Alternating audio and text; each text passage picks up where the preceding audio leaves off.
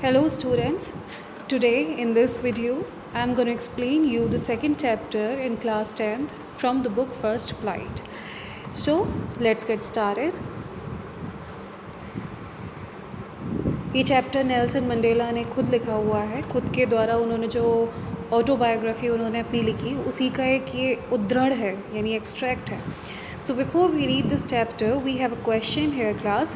Apartheid is a political system that separates people according to their race. Can you say which of the three countries named below had such a political system until very recently? United States of America, South Africa, Australia.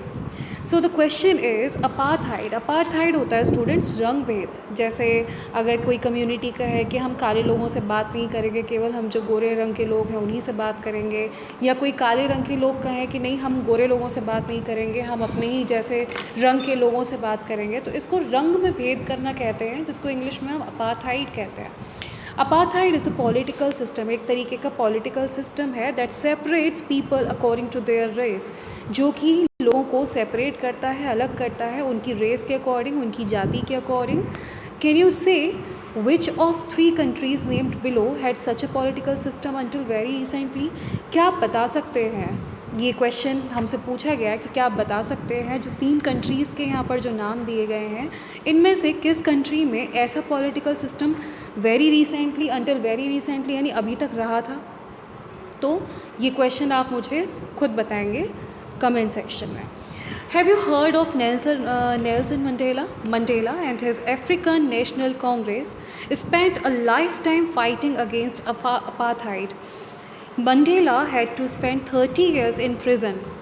Finally, democratic elections were held in South Africa in 1994 and Mandela became the first black president of a new nation.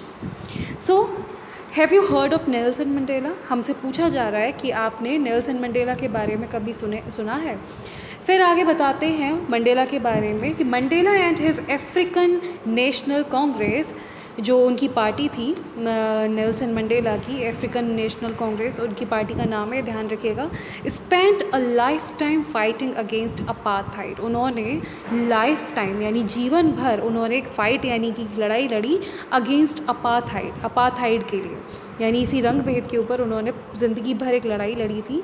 Mandela had to spend 30 years in prison. Mandela को 30 years prison में गुजारने पड़े. Finally democratic elections were held in South Africa in 1994 और 1994 में south Africa में जो elections थे, democratic elections थे, वो रखे गए. And Mandela became the first black president of a new nation. और उस समय उसी तरह जीत था, उन्होंने नेल्सन मंडेला को जीत मिली और वो फर्स्ट ब्लैक प्रेसिडेंट थे. ब्लैक मतलब यहाँ पे काले रंग को संबोधित किया गया है. काले रंग मीन्स जो अश्वेत होते हैं. साउथ अफ्रीका में आप लोगों को पता है अश्वेत रंग और है ना श्वेत रंग दोनों पाया जाता है.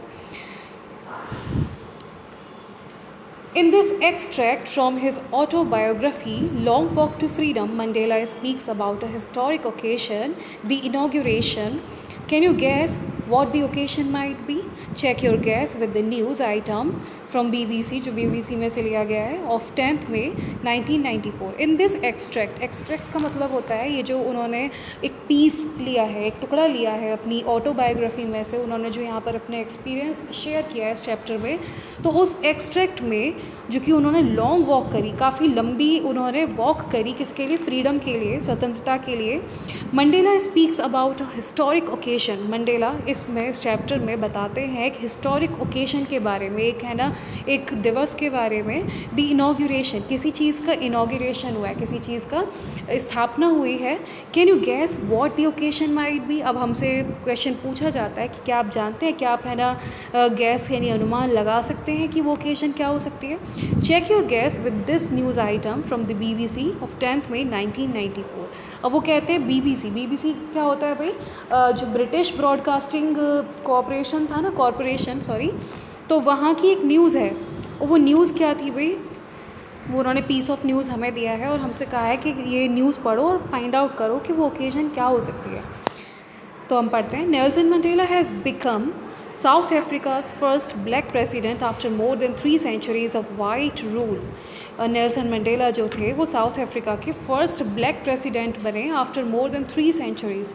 3 दशक बाद, 3 दशक मतलब लगभग 300 साल बाद, जब वाइट लोगों ने यानी सफ़ेद लोगों ने 300 सालों तक राज किया, 300 सालों तक रूल किया, तो 300 साल के बाद एक साउथ अफ्रीका का ब्लैक प्रेसिडेंट बने कौन? Nelson Mandela. Mister Mandela's African National Congress ANC party one 252 of the 400 seats in the first democratic elections of South Africa's history। ये तो बहुत बड़ी बात है भाई, 252 सीट्स जीती थी 400 सीट्स में से, first democratic elections of south Africa's history, पहली बार ऐसा हुआ। The inauguration ceremony took place in the union buildings amphi theatre. भाई ध्यान रखिएगा कहाँ हुई थी? यूनियन बिल्डिंग्स में, एम्फी थिएटर में, इन प्रिटोरिया। प्रिटोरिया भाई क्या है? Pretoria is a capital of south Africa.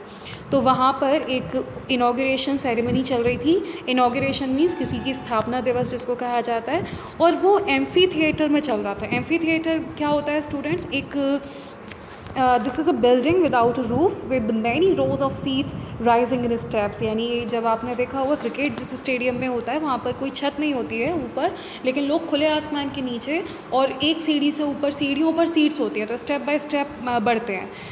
Today जो आज का प्रिटोरिया है, जो साउथ अफ्रीका की क्या है, कैपिटल है, attended by politicians and dignitaries from more than 140 countries around the world.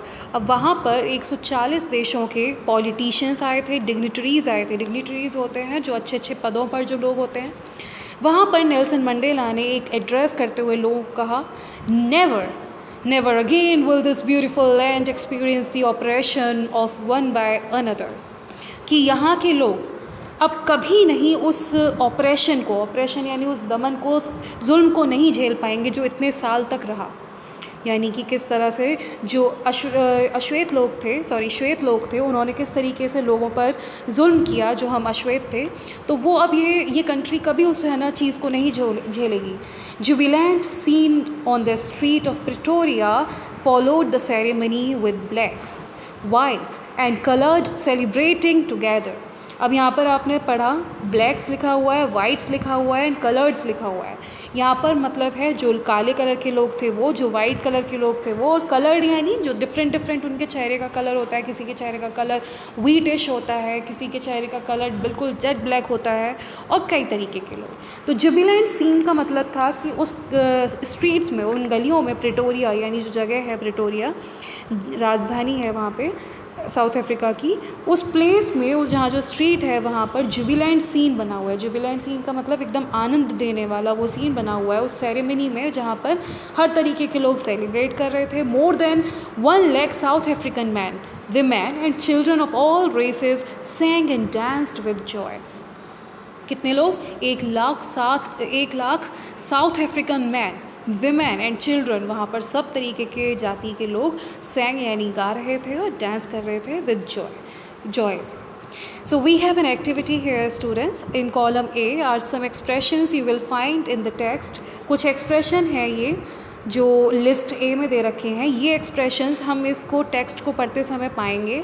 Make a guess, एक अनुमान लगाइए और मैच करिए इस लिस्ट B से कि उनका मीनिंग क्या हो सकता है। जैसे एक मैं करके दिखाती हूँ, बाकी आप लोग करेंगे, और आप मुझे कमेंट सेक्शन में लिखकर बताएंगे कि किससे आपने किसको मैच किया है। जैसे अ rainbow gathering of different colours and Nations. एक रेनबो है, एक रेनबो बना हुआ है, gathering of different colours and Nations, जिनमें कई तरीके के डिफरेंट कलर्स हैं और नेशंस जुड़े हुए हैं। तो यहाँ पर किससे बात करी जा रही होगी?